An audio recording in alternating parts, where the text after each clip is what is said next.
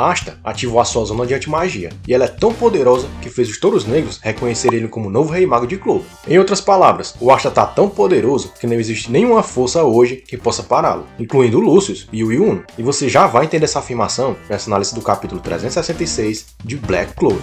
Fala galera, Charles Barros aqui. O capítulo começa com um flashback na Terra do Sol, onde o Ryu observa a batalha dos Touros Negros contra o Danatio, enquanto fala para o Asta, adaptando aqui, que se ele quisesse ir no banheiro, a hora seria essa, porque o portal já ia se abrir. O Yosuga pergunta se o Asta já vai embora, enquanto o nosso protagonista agradece por tudo que eles fizeram por ele. Na mesma hora, um pequeno portal se abre, mostrando a parte de cima do corpo do Finral, aparecendo, para buscar o seu amigo. Finral aparece com a gatinha da Vanessa, o que dá um indício pra gente que o fato do portal ter sido aberto pode até ter sido uma manipulação por parte da maga e sua magia do destino. Ao ver onde o Asta estava, Finral fica abismado com o lugar onde o seu amigo tinha ido parar. Só que na real, eu acho que ele se impressionou mesmo foi com a beleza da Itika, já que ele não pode ver um rabo de saia. O Asta sorri e chama o Finral de Senpai, o que só escancara algo que eu venho falando nas análises de Black Clover, que o Asta e a Noelle já estão muito abaixo na hierarquia de classificação de poder na obra. Ryu pergunta ao Finral se aquela magia espacial caberia mais uma pessoa, e o Cavaleiro Mágico de Clover responde que sim, todo animado. O Shogun então fala para a Itika ir com o Asta para ajudar na luta, dizendo ao Finral que ela era uma das mais fortes na Terra do Sol, só que ela diz que precisa ficar do lado do seu mestre, recusando o pedido. Itika então argumenta que se Clover for derrotada, ela e os outros seriam a única resistência contra o Lucius. Só que essa fala não faz sentido nenhum, já que se o Lucius vencer o Asta e os outros, não existiria força no planeta que fosse capaz de deter ele, o que levanta outra questão. Por que o Ryu não mandou seus companheiros todos para Clover muito antes do Asta? Nem que fosse uma vassoura. Pra mim, não faz sentido eles ficarem lá na Terra do Sol, se podem desequilibrar tanto em uma batalha na capital real. Só que eu acho que a Itika só deu esse migué porque não queria ir com o Asta. O Yosuga fala para ela ir, porque ele iria proteger o Shogun com a sua vida, falando em seguida que gostou como as coisas aconteceram nos últimos dias, já que ele conseguiu se aproximar ainda mais dela, enquanto fez um novo amigo, o Asta. O Yosuga ainda fala que o Asta se saiu bem melhor por causa da Itika, e não por causa dele. Mas falar que o nosso anão bombado limpou o céu deles, ninguém fala, né? Itika fica meio mexida com a fala de seu companheiro, e eu até diria que pode nascer aí um romance, que tire ela do páreo de pretendente do Asta, como eu falo nesse vídeo aqui. E no fim, ela decide aceitar se teleportar também, para a alegria do Finral. Ryu ainda diz que essa seria uma ótima oportunidade dela se entender com seu irmão Sukehiro, o que deixa a garota sem reação. Será que esse cara também lê horóscopo? Mas o meu palpite é que ele se referia à luta do Sukehiro com o Morgan, que tá dando muita dor de cabeça para o líder dos Touros Negros. Por fim, e prontos para irem, o Ryu faz questão de dizer que o destino do mundo está nas mãos do Asta, e todos se despedem dele com um sorriso no rosto. Finral então pega na mão da Itika e do Asta e atravessa o portal. E é muito bom ver que todos estão confiantes de que o Asta é o único que pode vencer o Lucius, e eu tô na torcida também. O engraçado é que só o Ryu vai conseguir ver essa batalha épica, enquanto os outros vão ter que se contentar em assistirem a notícia pelo jornal. Outra dinâmica bacana de acompanhar vai ser ver a reação da galera ao saberem que o Asta voltou acompanhado da Itika e deve ficar com ela, pelo menos até eles encontrarem o Sukehiro. Isso vai chocar não só a Mimosa, como principalmente a Noelle, que deve protagonizar uma ótima cena de ciúmes. E claro, o Sukehiro também, que vai partir pra cima do seu pupilo depois de descobrir que o Asta andou vendo lá na casa de banho. Isso se ele conseguir, claro, porque o nosso anão bombado tá forte demais aqui. Mas eu já vou falar sobre isso, porque antes vemos os Touros Negros dizimados no chão. Não só eles, como até a Dorothy e a Rainha das Bruxas aparecem bem feridas aqui. Finral resgata Sekri, enquanto o Asta caminha devagar em direção ao Danatio, enquanto o vilão fala que ele finalmente chegou, como se esperasse pelo seu retorno,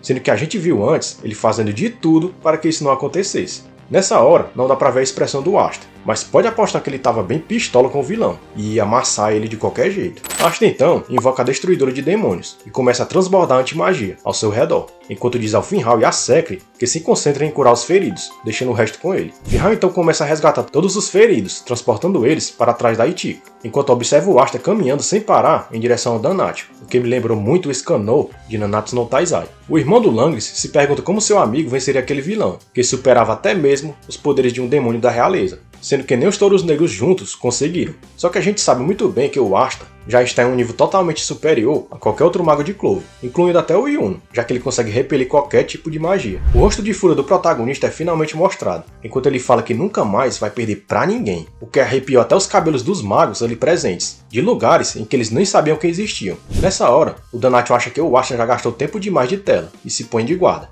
afirmando que se sua balança não ia funcionar contra o garoto, a sua única alternativa era usar o seu trunfo, a magia atmosférica, que passou a manteiga em todo mundo no capítulo passado. Danátio ativa a magia e tenta atingir o Asta, que continua caminhando como se nada tivesse acontecendo. Vale lembrar que a demonstração de poder do Asta é absurda, já que ele não precisou nem se unir ao Lib, ao seu demônio, para bloquear essa magia apelona. Então podemos concluir, antes mesmo dele atacar o vilão, que o seu poder está realmente em outro nível. E aqui eu fiquei na dúvida e quero pedir a ajuda de vocês, porque o Finral concluiu que o Asta já controla sua antimagia tão bem que nem precisa balançar a katana para defletir os ataques, formando uma espécie de zona de antimagia. Só que eu pensei o seguinte, e se o Asta está se movimentando em uma velocidade tão grande com a sua espada que não pode ser vista a olho nu? Fica aí a dúvida. E vemos até algo parecido com os Eldris lá em Nanatsu no Taizai, algo que poderia ser rapidamente explicado pela Ichika, que estava ali assistindo tudo. Só que o autor sentiu que ela já tinha participado demais no capítulo e manteve ela calada. Outra informação bacana dada pelo Finral é que ele observa que a antimagia do Asta é a pior ameaça que poderia existir contra a magia atmosférica do Danátio, porque ela seria o seu maior counter, o que não é novidade, já que, como sabemos, o Asta é praticamente o counter de qualquer cavaleiro mágico. O mais bizarro é que, na teoria, o Asta seria a contraparte de qualquer outra magia primordial, como a magia do sol, da palavra, do espaço, do tempo, gravidade e outras. É como se o criador tivesse feito todas as magias primordiais existentes e tivesse criado a antimagia, como uma contramedida para parar todas as outras caso fosse necessário.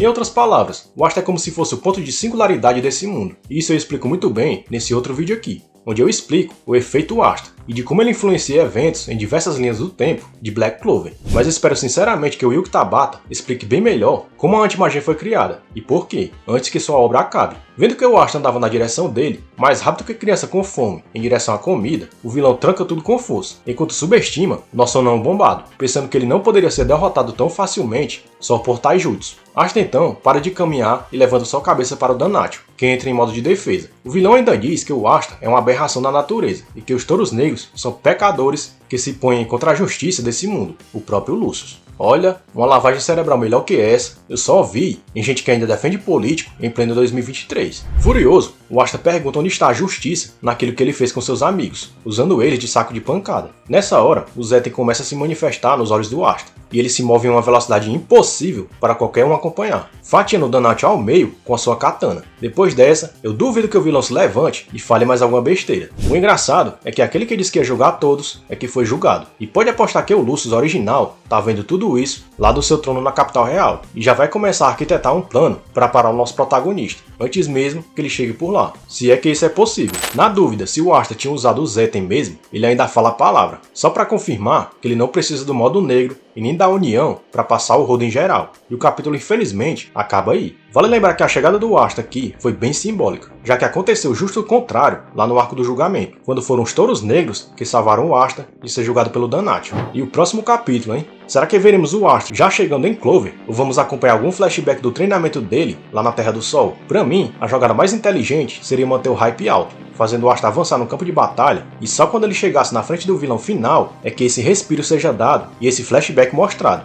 contando como o Asta passou de alguém que não acreditava em si mesmo até se tornar o cavaleiro mágico mais poderoso do reino de Clover, mesmo sem usar magia. Curtiu o conteúdo? Então se inscreve no canal e ativa as notificações para receber mais vídeos de Black Clover. Obrigado por ter assistido até aqui e até a próxima.